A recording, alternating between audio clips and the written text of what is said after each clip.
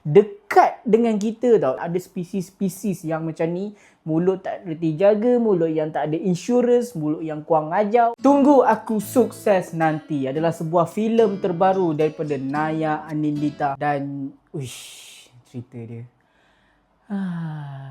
Kak Naya, you've done it. Saya minat Kak Naya sejak filem Komang yang dulu tahun lepas rasanya dia buat. Filem Komang bagi saya is one of the best romantic punya filem, terasa banget. Dan ini adalah filem kedua daripadanya. Dan memang sangat-sangat kena, sangat cantik, sinematografinya terbaik. Oh lupa, filem ni dia mengisahkan tentang perjuangan seorang anak sulung di dalam sebuah keluarga yang sederhana tetapi selalu dikritik oleh makcik-makciknya lah. So dia ingin mengubah hidup dia dan juga keluarga dia untuk membuktikan yang dia boleh berjaya satu hari nanti. So itulah premis filem ni lah.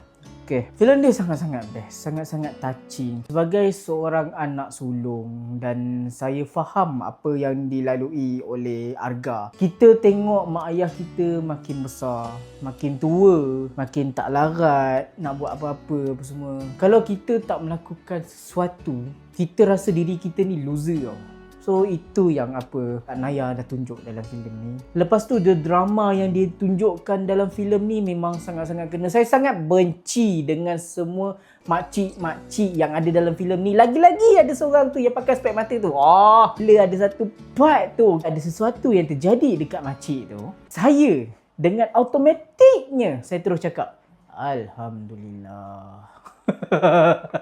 Tapi sebab tak, memang perangai makcik tu jelaka.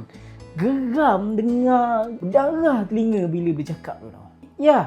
Tak semua pelakon dalam filem ni sangat-sangat berjaya, sangat-sangat kena, sangat-sangat hebat. Lepas tu kita ada watak kawan-kawan si Arga ni dan dorang such a good friend. Walaupun circle dia kecil, hanya 3 orang. Tapi 3 ni lah yang selalu bantu dia untuk naik, yang selalu ada dengan dia, yang selalu bagi semangat dekat Arga. Dan this film is wholesome. Kau nak drama ada, kau nak geram ada, kau nak romance ada, kau nak komedi.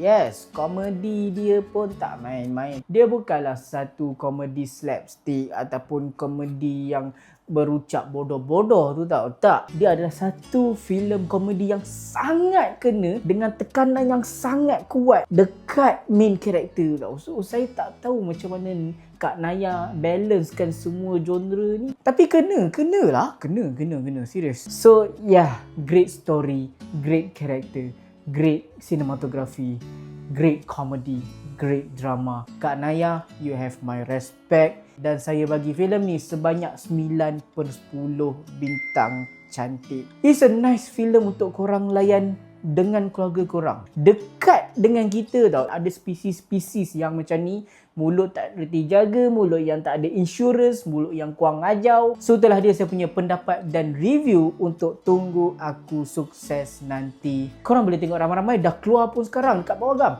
Dan apa-apa pun guys, jadilah penonton yang setia. Terima kasih.